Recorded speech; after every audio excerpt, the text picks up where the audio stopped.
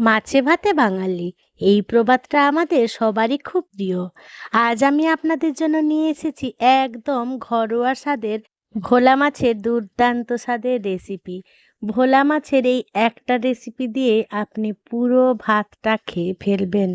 সবাই তো মাছ রান্না করেন, কিন্তু মাছের স্বাদ মুখে লেগে থাকার মতো কি হয়? আজ আমি আপনাদের সাথে এমন একটা স্পেশাল রেসিপি শেয়ার করব, যা দিয়ে মাছ রান্না করলে বাড়ির ছোট বড় সবাই কিন্তু আঙুল চেটে খাবে। এই রান্নাটা খুব কম তেল মশলা দিয়ে হয় এবং খুব তাড়াতাড়িও হয়ে যায়, আর অসাধারণ স্বাদে হয়। বন্ধুরা, ভোলা মাছ তো আপনারা অনেকভাবে বানিয়ে খেয়েছেন, তবে আমার মতন করে একবার বানিয়ে দেখুন। আশা করছি আপনাদের ভীষণ ভালো লাগবে। আর এর সুগন্ধেই তো পুরো ভাতটা খাওয়া হয়ে যাবে, এটা কিন্তু আমি কথা দিলাম। ভোলা মাছের এই রেসিপিটি যেদিনকে বানাবেন সেদিনকে কিন্তু অবশ্যই মনে করে চাল একটু বেশি নেবেন, কারণ এই ভোলা মাছের যা মারাত্মক স্বাদ হবে, তাই আপনি এক থালা ভাত কখন যে শেষ করে ফেলবেন আপনি নিজেই বুঝতে পারবেন না। আবার কিন্তু ডবল ভাত নেবেন, এটা কিন্তু আমি গ্যারেন্টি দিচ্ছি।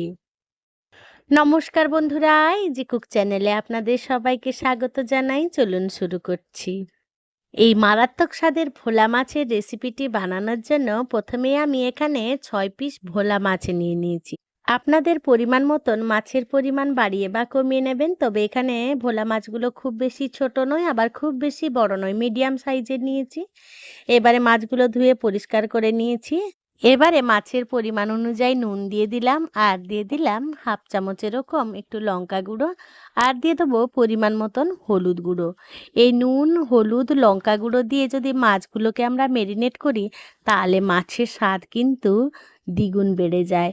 তাই মাছগুলোকে প্রথমে আমাদের এরকম হাত দিয়ে বেশ সুন্দর করে ঘষে ঘষে মেরিনেট করে নিতে হবে। আমার এই রেসিপিটি যদি কোনো নতুন বন্ধু ইউটিউব থেকে দেখে থাকেন, তাহলে আমার এই ক্ষুদ্র চ্যানেলটিকে সাবস্ক্রাইব করে আমার পাশে থাকার জন্য অনুরোধ করছি। আর পাশে থাকা বেল আইকনটি অবশ্যই প্রেস করে রাখবেন। যখন আমি নিত্য নতুন কোনো রেসিপি দেবো, সবার আগে খুব সহজেই নোটিফিকেশান আপনাদের কাছে পৌঁছে যাবে। কথা বলতে বলতে মাছগুলো সুন্দরভাবে মেরিনেট করে নিয়েছিলাম, আর 10 মিনিট মতন রেখে দিয়েছিলাম। এবারে রান্নার জন্য গ্যাসে কড়াই বসিয়ে দিয়েছি। প্রথমে কড়াইটা বেশ গরম করে নেব, আর পরিমাণ মতন সর্ষের তেল দিয়ে দেবো। এবারে সামান্য একটু নুন দিয়ে দেবো, যাতে মাছটা কড়াই গায়ে লেগে না যায়, আর অল্প একটুখানি হলুদ গুঁড়ো দিয়ে দেবো, যাতে মাছ ছাড়ার সময় তেলের ছিটেগুলো কড়াইয়ের বাইরে আসবে না। এটা কিন্তু নতুন রাঁধুনিদের জন্য ছোট্ট একটা টিপস। এবারে এক এক করে মাছ ছেড়ে দিলাম। আমি প্রথম বেচে 3টে ভোলা মাছ দিয়ে দিয়েছি। ভোলা মাছগুলোকে বেশ উল্টে পাল্টে ভালো করে ভাজা করে নেব। তবে এই তরকারিটা রান্না করার সময় বন্ধুরা, মাছটা খুব বেশি কড়া করে ভাজার দরকার নেই। দেখুন, ঠিক আমাদের এইভাবেই ভেজে নিতে হবে। সেকেন্ড ব্যাচের মাছটা আমি আবারও ওই তেলের মধ্যে দিয়ে ভেজে নেব। আর ওই মাছগুলো ভাজা হতে থাকে, এদিকে আমি কিছুটা তেঁতুল গরম জলের মধ্যে এরকম ভিজিয়ে রেখে দেবো, যাতে পাল্পটা খুব সুন্দরভাবে বেরিয়ে আসে। তাহলে বন্ধুরা, বুঝে গেছেন তো আপনারা আমি কি রান্না করতে চলেছি। এই দুর্দান্ত স্বাদের টকের রেসিপিটি আপনারা যে কোনো মাছ দিয়ে বানিয়ে নিতে পারেন। তেঁতুলের পাল্পগুলো বার করে রেখে দিলাম, আর ওই সেকেন্ড বেচেও বাকি মাছগুলো আমি ভেজে তুলে রেখে দিয়েছি, ঠিক সেই কম ভাজা করে, অর্থাৎ ঠিক এইভাবেই আমাদের ভেজে নিতে হবে। এবারে ওই মাছ ভাজা তেলে আমি ফোড়নে দিয়ে দেব একটা শুকনো লঙ্কা আর 1 চামচ মতন 5 ফোড়ন। খুবই কম তেল, দেখুন একদম 1 চামচও নয়, তারও কম তেল। এবার ফোড়ন থেকে যখন একটা সুন্দর মিষ্টি গন্ধ বেরোবে, তখন আমরা এমনি শুধু জল ফোড়নের উপরেই দিয়ে দেবো। তবে বন্ধুরা, অন্য কিছু দিতে চাইবেন না, তাতেই তরকারির স্বাদটা কিন্তু ভালো হবে না। এবারে তরকারির পরিমাণ মতন হলুদ গুঁড়ো দিয়ে দিলাম, আর হাফ চামচ মতন লঙ্কা গুঁড়ো দিয়ে দিলাম।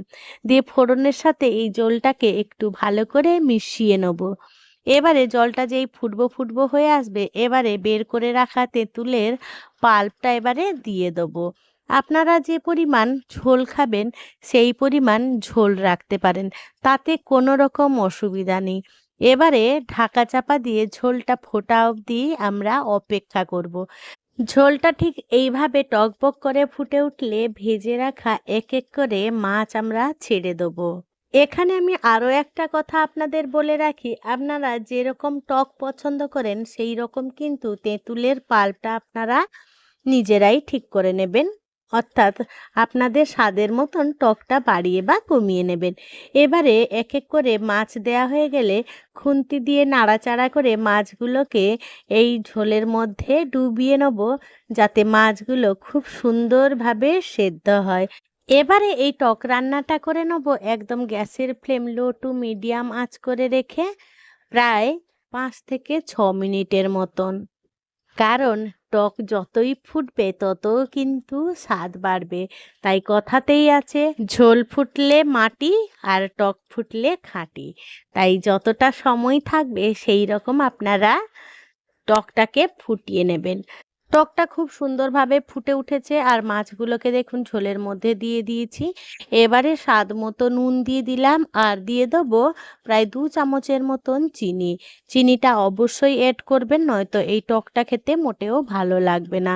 আর দিয়ে দিলাম একটা কাঁচা লঙ্কা চেরা। এবারে সমস্ত উপকরণ বেশ ভালো করে নাড়াচাড়া করে মিশিয়ে নেব আর টকটাকে বেশ খানিকক্ষণ ফুটিয়ে নেব। বন্ধুরা, আপনারা যদি চিনি একেবারেই অপছন্দ করেন তাহলে চিনিটা একেবারে স্কিপ করবেন না, চিনির পরিমাণটা কমিয়ে দেবেন। তবে চিনিটা অবশ্যই দেবেন এই তরকারিতে, নয়তো মোটেও খেতে ভালো লাগবে না। দেখুন একেবারে টকটাকে খুব সুন্দর করে টকবক করে ফুটিয়ে নিচ্ছি, তাতে এই তরকারির স্বাদটা কিন্তু দুর্দান্ত হবে। এবারে মাছগুলো খুব সুন্দরভাবে রান্না হয়ে গেছে। এবারে উপর থেকে ছড়িয়ে দেবো 1 চামচ কাঁচা সর্ষের তেল। এই মাছের টকের এই কাঁচা সর্ষের তেলের ফ্লেভার কিন্তু অসাধারণ লাগবে, তাই অবশ্যই আপনারা কাঁচা সর্ষের তেল দেবেন। এবারে সর্ষের তেলটা দিয়ে বেশ ভালো করে নাড়াচাড়া করে সমস্ত তরকারির সাথে মিশিয়ে নেব আর গ্যাসের ফ্লেম অফ করে দেবো। দেখুন কতটা সুন্দর আর কতটা লোভনীয় হয়েছে দেখতে। বন্ধুরা, বলে ফেলুন তো, আপনারা এই রকম মাছের টক দিয়ে দুপুরবেলা গরম গরম ভাত আপনারা খেতে কে কে পছন্দ করেন?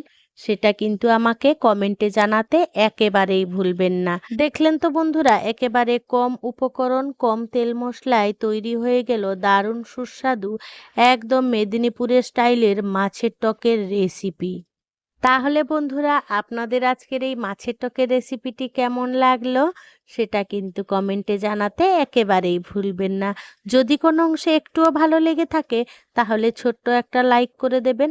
আপনাদের এই ছোট্ট ছোট্ট লাইক আমাকে অনেক ইন্সপায়ার করে নিত্য নতুন রেসিপি বানানোর জন্য। খুব বেশি ভালো লেগে থাকলে বন্ধু বান্ধব কিংবা প্রিয়জনদের সাথে শেয়ার করে তাদেরও দেখার সুযোগ করে দেবেন। এইভাবে দুপুরবেলা গরম গরম ভাতের সাথে মাছের টক দিয়ে অনায়াসে এক থালা ভাত নিমেষেই শেষ হয়ে যাবে। বন্ধুরা, আমার সাথে থেকে পাশে থেকে এতক্ষণ আমার ভোলা মাছের টকের রেসিপিটি দেখার জন্য আপনাদের সকলকে জানাই অসংখ্য অসংখ্য ধন্যবাদ। আপনারা ভালো থাকবেন, সুস্থ থাকবেন। দেখা হবে পরের কোনো নিত্য নতুন রেসিপিতে।